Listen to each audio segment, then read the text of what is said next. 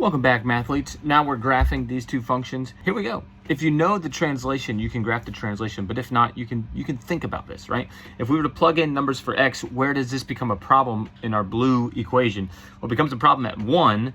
There's actually an asymptote here because 1 minus 1 is 0. You can't have 0 in the denominator. If you plug in negative values or numbers, getting closer and closer to 1, you'll see that this number is becoming negative even greater. So this guy has shifted to the right, and he looks like this. And then if we go on the positive side of x, so if we were to plug in like 2 and 3 and 4 and 5 and 6 and 7, that number is getting bigger and bigger. So 1 over a bigger number is going to be creeping closer and closer to 0, but never actually touching it because it's a fraction. And as we get closer to that 1, that number is getting really small, which is a fraction, which reciprocal, and boom, it explodes. It's crazy. You should try it.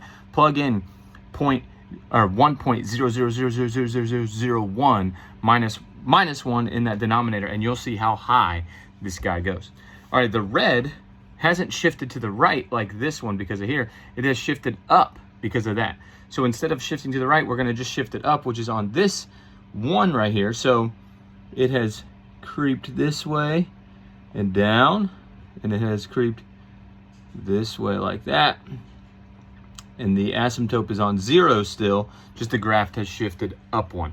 So if you know your translations, you could get this really nicely.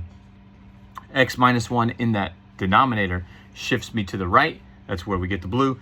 And this plus 1 on the outside has shifted it up. So that's where we go up 1. All right.